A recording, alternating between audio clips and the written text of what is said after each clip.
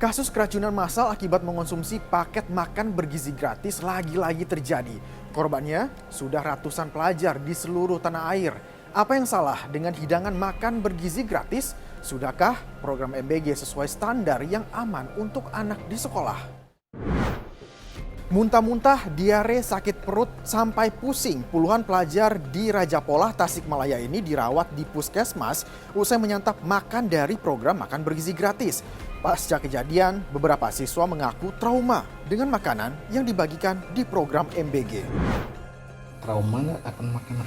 Kata anak, ya ada trauma. Oh, gitu ya? Mama nggak mau makan dari sekolah, minta dibekelin aja chemistry dari rumah gitu. Oh gitu, ada kekhawatiran ya? Iya, trauma ada.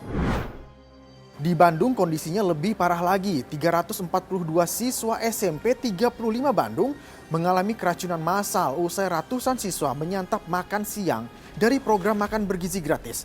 Tak hanya siswa, 2 orang guru juga turut menjadi korban keracunan massal. Beberapa anak yang mengalami gejala diare. Tapi setelah dikonfirmasi terus ternyata jumlah yang mengalami diare ternyata jumlahnya cukup banyak gitu. Makanya kami segera berkoordinasi dengan pihak Badan Gizi Nasional. Kasus keracunan massal di program MBG sudah sering terjadi. Ratusan siswa di berbagai daerah jadi korban. Sejak awal 2025, kasus keracunan yang diduga dari program makan bergizi gratis banyak terjadi di berbagai daerah. Ada ratusan siswa yang mengalami mual, pusing, sakit perut, sampai diare. Apa respon Badan Gizi Nasional soal banyaknya kasus keracunan di program MBG? Kepala Badan Gizi Nasional bilang secara umum tentu baik kasus kejadian secara kuantitatif masih 0,5%. Kami ingin mencapai 0 atau tidak ada kejadian. Pernyataan Kepala Badan Gizi Nasional dikritik karena menghitung jumlah siswa keracunan dengan angka kuantitatif.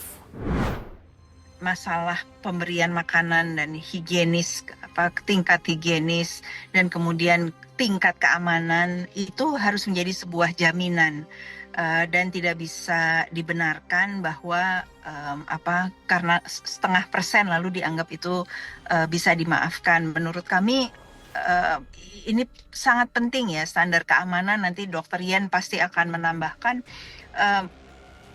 Kalau 0,5% tapi yang menerima banyak kan juga berapa banyak ya itu artinya. Dan sebenarnya dalam soal makanan 1 orang pun tidak boleh keracunan. Jadi ini yang kami sorot dan kami ingin berharap bahwa ada langkah-langkah perbaikan. Yang paling banyak disorot setelah ratusan siswa jadi korban keracunan soal belum adanya standar untuk menyiapkan paket MBG yang layak konsumsi ke pelajar. Kami melihat bahwa kasus keracunan yang terjadi saat ini itu banyak disebabkan karena masalah belum ditetapkannya atau belum tetapnya pelaksanaan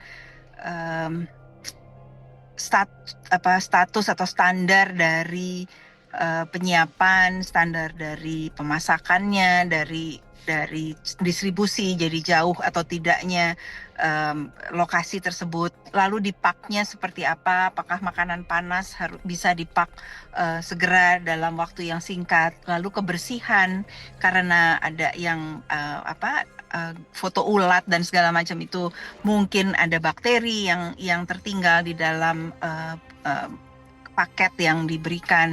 Hal-hal seperti ini dan mungkin juga dari bahan makanannya yang tidak dicuci dengan bersih.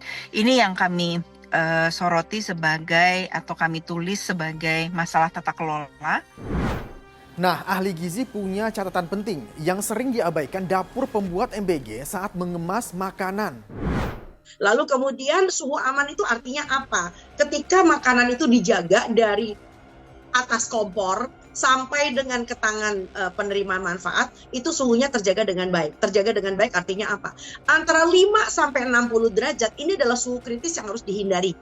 5 derajat sampai 60. Nah, artinya apa? Ini adalah kondisi ketika suhu di mana bakteri, jamur, apapun mikroba bisa tumbuh.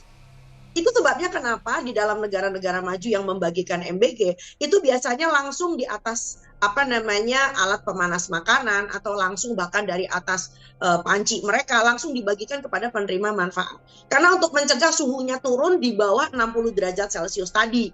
Itu penting. Lalu kemudian memisahkan antara makanan yang tidak matang dengan makanan yang matang. Contoh paling gampang misalnya ada potongan pepaya, ada potongan semangka. Itu digabung tuh. Walaupun kelihatannya wadahnya bersekat tetapi berada di dalam kondisi yang sama. Yaitu suhunya antara lain sama gitu loh ya. Apalagi kalau misalnya semangkanya udah dipotong. Nah ini bahaya sekali buat risiko kontaminasi. Kami ikuti pernyataan ahli gizi, keracunan makanan adalah cermin tata kelola membuat makanan yang buruk. Badan Gizi Nasional harus mengevaluasi diri walaupun hanya ada 1 siswa yang keracunan, apalagi kalau yang ini jumlahnya sampai ratusan siswa. Saya Zeki Rahmat pamit, terima kasih, sampai jumpa.